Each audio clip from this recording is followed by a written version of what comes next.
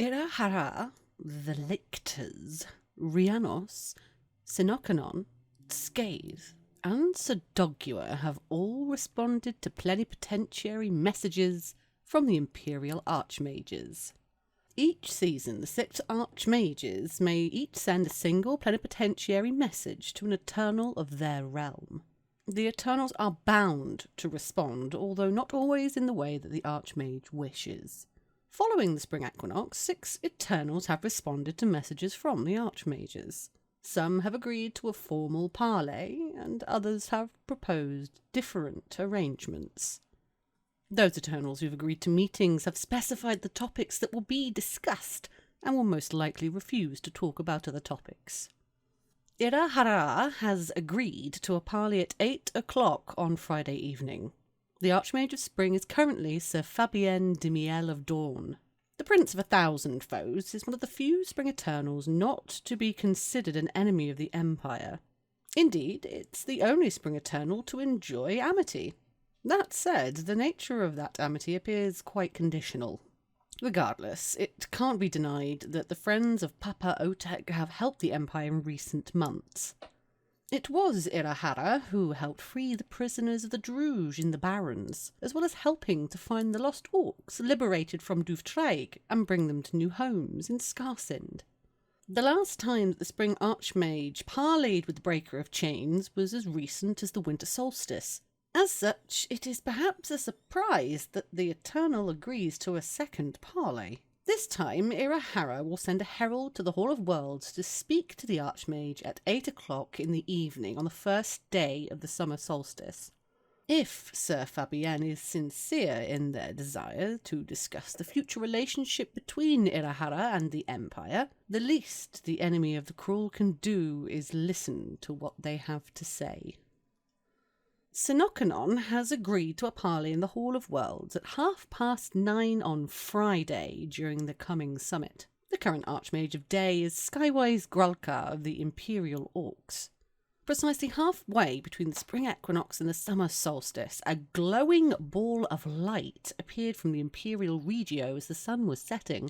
The light drifted through Anvil, arriving eventually at the hub. Once there, it spoke with a cultured, polite voice, confirming that the Turning Mirror had received an invitation from the Archmage of Day to attend a parley. To be clear, says the Ball of Light, nothing has materially changed since the last time the Archmage sought a parley from Sinocanon. It sees no way that they are prepared to assist the Empire to deal with its external problems, and sees little evidence that the Empire has resolved the many, many internal problems that besiege it. The Throne of the Sun does not believe anything will be achieved by speaking to the Empire again. On the other hand, the Archmage says that they have gone to the effort of gathering some of the cardinals of the Imperial Synod to speak to Sinocanon, and it will be impolite to refuse. As such, Sinocanon will send one of its favoured mandarins to the Hall of Worlds at 9:30 on Friday night during the coming summit. There, the mandarin will listen to what the Archmage and their ecclesiastical guests have to say, and perhaps offer insights from the Day realm. The Lictors will send an emissary to the Hall of Worlds at 11 o'clock on Friday night. The Autumn Archmage is currently Edmundo of Damaken's Forge of Urizen. The Autumn Archmage has requested parley with the Lictors. The Lictors remain an unknown quantity to the Empire. Precisely 7 days, 7 hours and 7 minutes after the end of the spring equinox, a single paper-thin square of green iron was delivered to the civil service by a heavily cloaked and masked figure with brazen claws. Engraved on the square was a straightforward message. "We accept the invitation of the Archmage. Formal parley will take place at 11 on the first night of the summer solstice. There will be 3 questions asked and 3 answers given." The keepers of the Green Iron Prison rarely meet directly with mortals. A formal request of plenipotentiary from an Archmage is one of the few reliable ways of getting their undivided attention. There is some speculation about what 3 questions the Archmage has arranged to ask will be. As with other formal parleys, anyone may attend, but it is at the discretion of the Autumn Archmage who may speak. During the last such parley, in the time of Maurice de Gauvain, a single out-of-turn statement brought the parley to an immediate end. The Regent of the Eternal Sea, Rhiannos, will send heralds to the Hall of Worlds at 2 o'clock on Saturday afternoon to hear tales of adventure. The current Archmage of Summer is Brother Luke of the Shattered Tower of Highguard.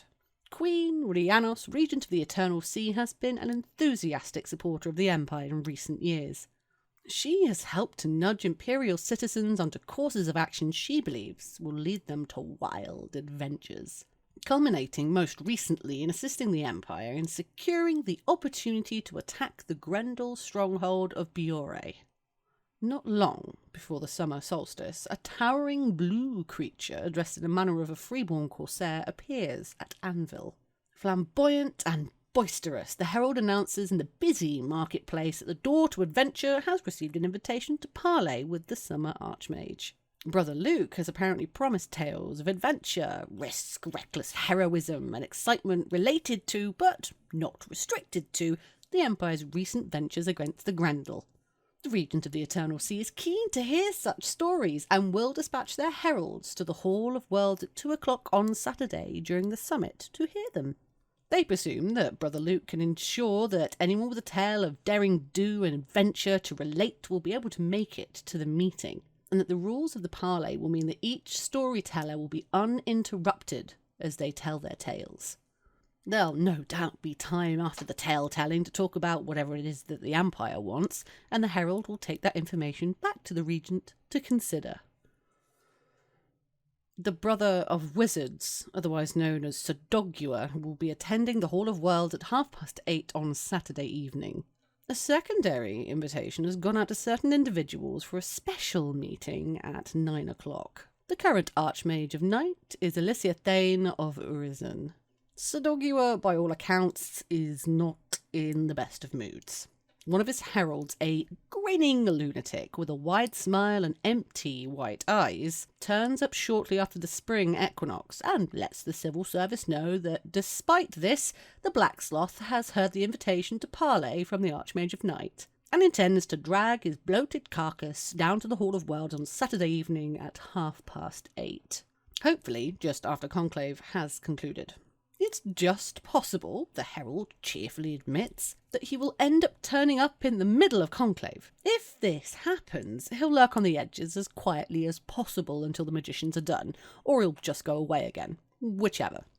The source of the Globus Snotch's gloomy mood is apparently the recent death of his long-term friend Richard of Holberg, the magical architect.